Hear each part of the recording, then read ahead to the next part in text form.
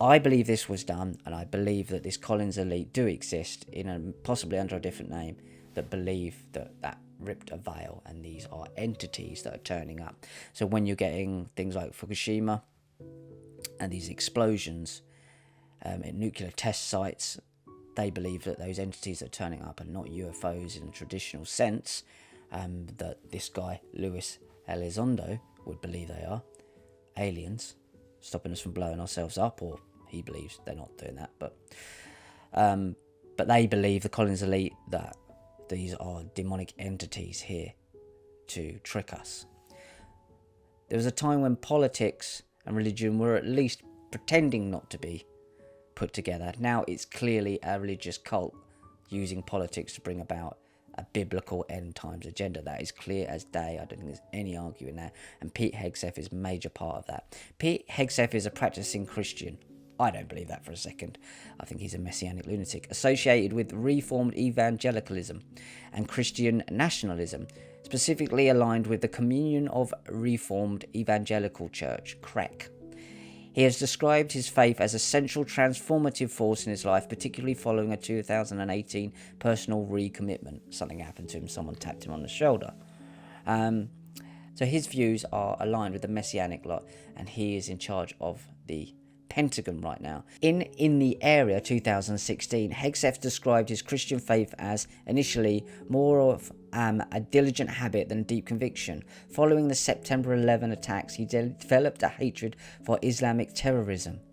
He will know that had nothing to do with people who couldn't fly these jets into buildings, and that 9/11 is the date in which the first two temples were sacked. Thus, he wants the third temple built. He will know that's the sigil of Saturn. He will know that Donald Trump's the 45th and 47th president, making him the 9/11 president. He will know that Revelations 9/11 talks about Abaddon coming out of the bottomless pit.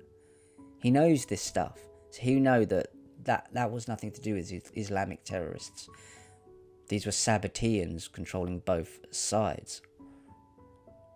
So he developed a hatred for Islamic terrorism, and he found himself repelled by the Princeton University campus chapel's gospel of moral relativism, and disparaged his fellow students for focusing on peace and mutual understanding rather than condemnation of Islamic terrorists, which we all know that wasn't Islamic terrorists, it was the cult.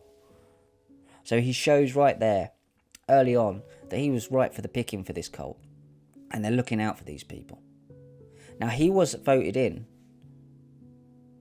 because of J.D. Vance, and he is one of the Collins elite, I would say, or one of the, the coming generation of the Collins elite. He was voted in because of J.D. Vance. J.D. Vance is funded and was found and groomed by Peter Thiel. Peter Thiel also funds Donald Trump, has in the past, and Elon Musk now funds Donald Trump, and they're rolling out Palantir here in the UK.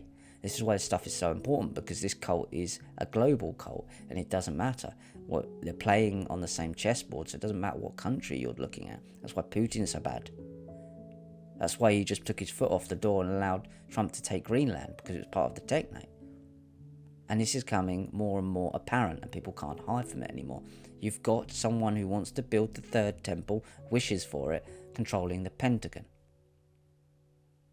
Crowley comes into this, Jack Parsons comes into this, and this is why they believe that these things are interdimensional. The group examined the esoteric operations of Aleister Crowley, and he died in 1947 as well, so he's probably frozen cryogenically in the Trementina site of L. Ron Hubbard in New Mexico. The most influential occultist of the early 20th century, and Jack Parsons, who died in 1952, a rocket engineer and follower of Crowley, both engaged in dark magic. The elite concluded that their occult rituals had opened portals to other dimensions and created gateways that triggered the UFO phenomena, which empowered malevolent entities, demonic in nature, behind the events. Building on this belief, they interpreted UFO activity as part of an apocalyptic scenario, convinced that such manifestations were paving the way for Armageddon and Judgment Day.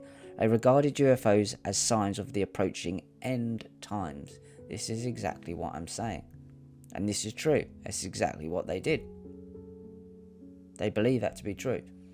And that's why he is where he is, Hegseth. That's why this Collins elite, I believe, are absolutely real. And I believe what Luis Elizondo is saying in his book, that he came up against these guys. There is a religious fanatic group in the Pentagon, leading the Pentagon now, and that is the same fanatic group that is behind the Technate, behind the messianic agenda of Olam Habadniks.